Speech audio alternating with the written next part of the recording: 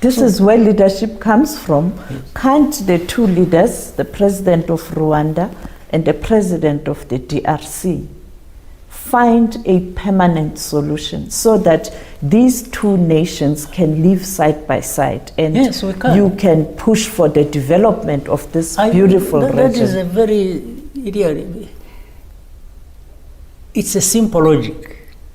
What you are saying is a simple logic. Until you start asking yourself that question. Africa, wake up. Africa, rise up. Africa without borders. Please don't forget to like, share, and subscribe. The accusation from the president of the DRC, particularly during his campaign, where he even indicated that he's willing to fight Rwanda. You are being accused of supporting the M23 rebels. Mm-hmm. And this has led to people saying this is causing instability in another country. What is your reaction to the critics who are saying you are behind M23 rebels? Yeah, I can also contextualize that for you and tell you what the problem is. Well, in fact, the president of DRC did not just say he was willing to fight Rwanda. No, he actually said he's going to fight Rwanda, and his aim is even to bring regime change. And by the way, started inviting these critics we talked about earlier, whichever way. Even they went to Kinshasa, they have met, the whole thing was for him, he's trying to organize them, fund them, and support them to remove the government of Rwanda. That's one. So it is, and it is him, sir, he himself is out in the open saying it, even on camera. It's not a rumor, it's not anything. He has said it repeatedly and to everybody, for everybody to hear. One,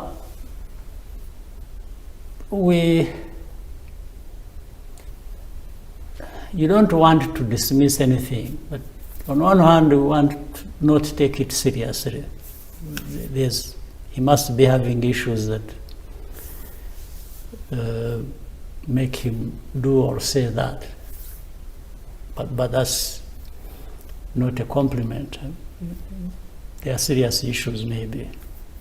But on the other hand, we don't want to take anything. Maybe he actually, and especially when we started seeing that he was organizing people and bringing them to Kinshasa, and that he has armed the FDLR. You know the FDLR? These are... I know the FDLR. People, yes. He has armed them, given them everything they wanted. So he's using them to fight his wars against M23, against any other person he wishes to fight. So that starts becoming serious.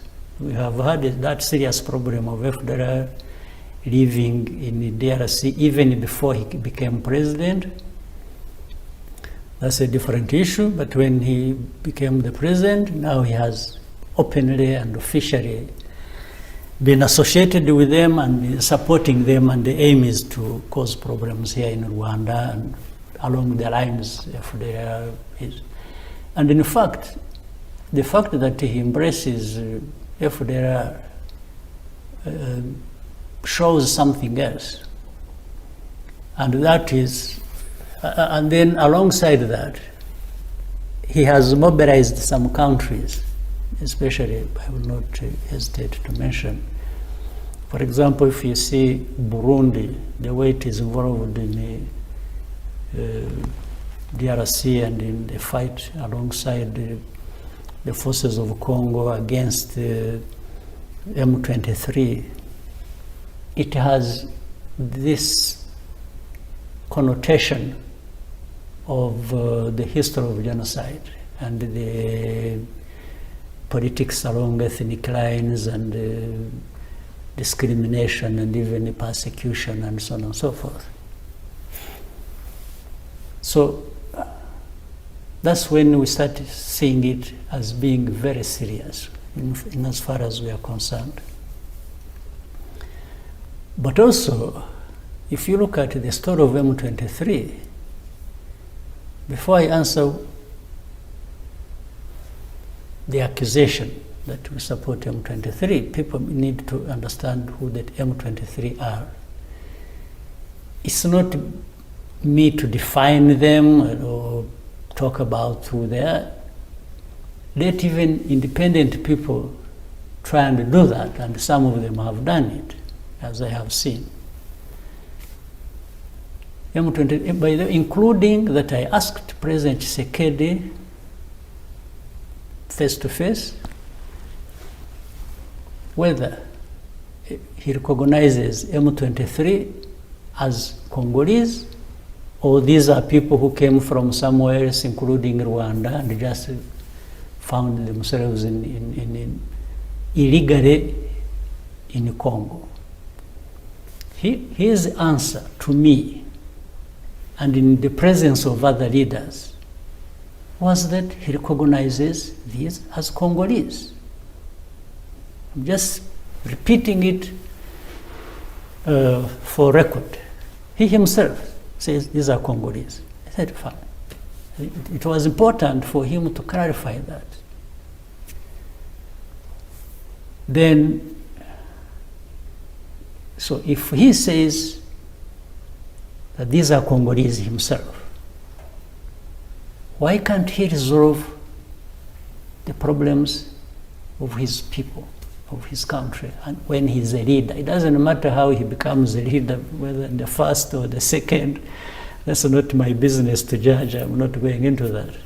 But there are questions that maybe the world can also pay attention to.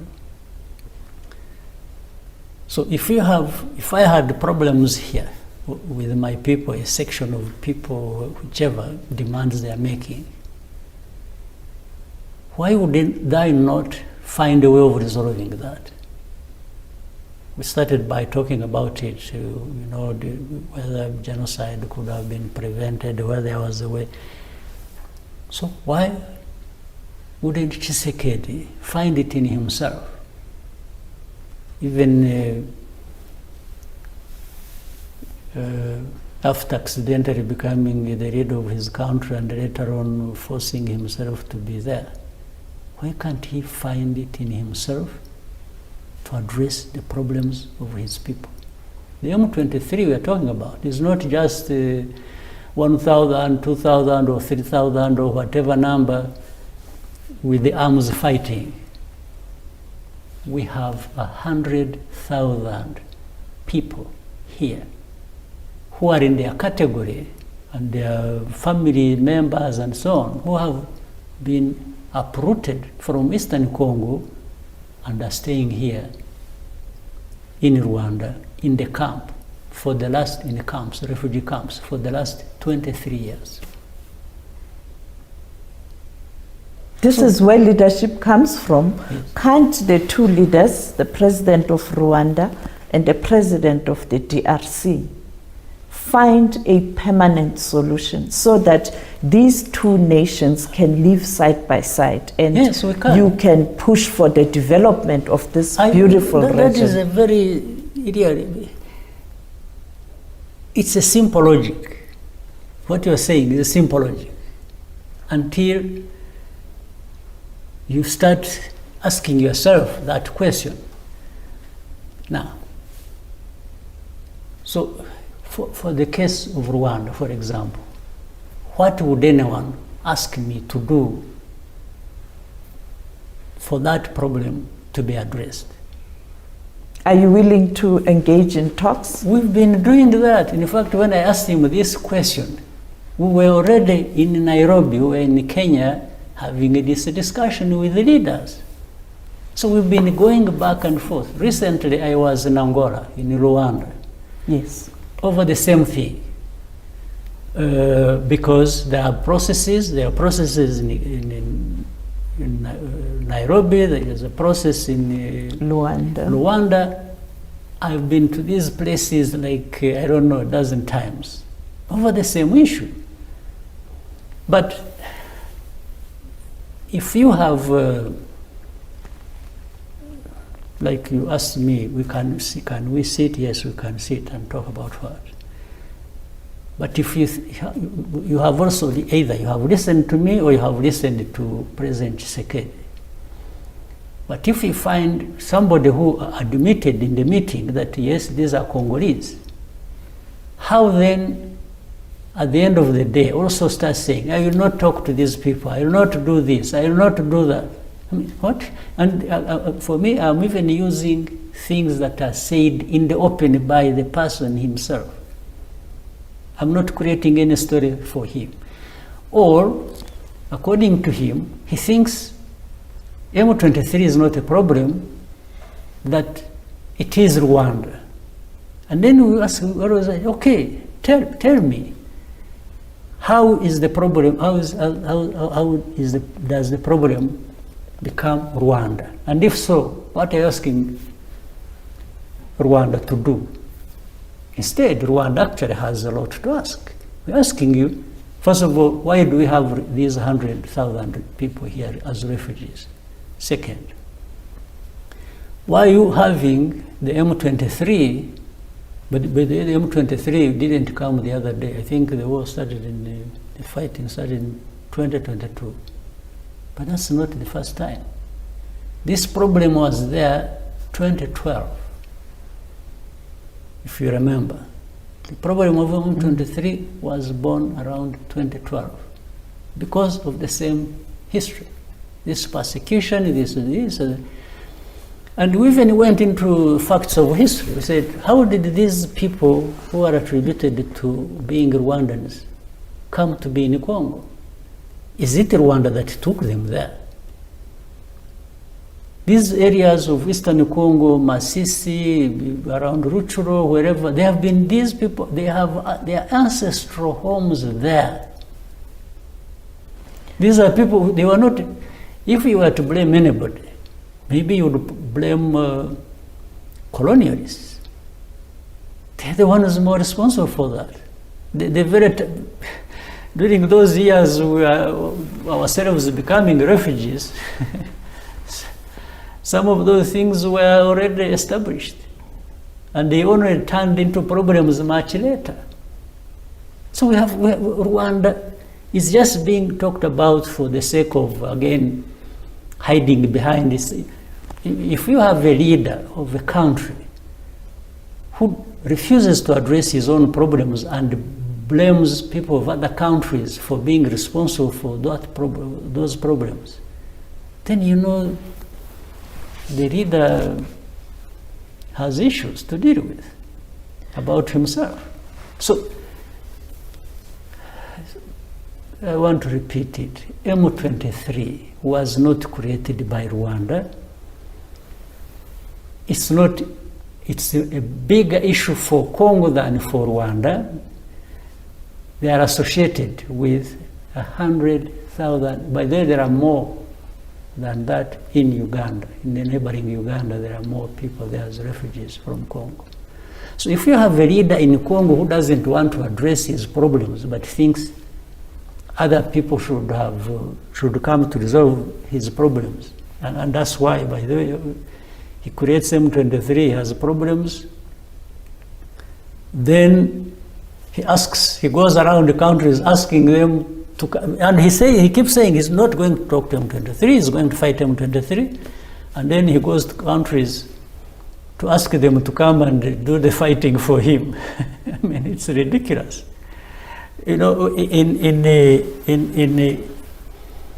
Nairobi, that's why East Africa decided they should help DRC, and we all agreed that should happen, to support DRC, to bring peace, and so on and so forth. But to bring peace in DRC was not to fight except those, I will come to explain that, there are those who should be fought. But instead they are not the ones being fought. But the ones being fought are the ones actually who have a problem that needs to be addressed. So the East African community sent a force, and the force was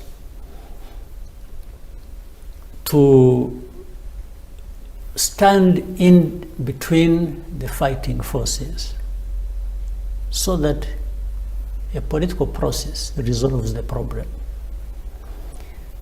But over time, the president of Congo decided, since this force is not here to fight M23, for me, that is the way I see it, then I want them out. When he was chasing them, he was already in SADC, asking SADC to come and replace the East African forces.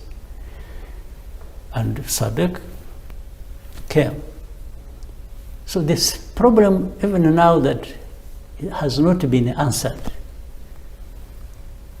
between East African forces and SADC forces, who was supposed to do what?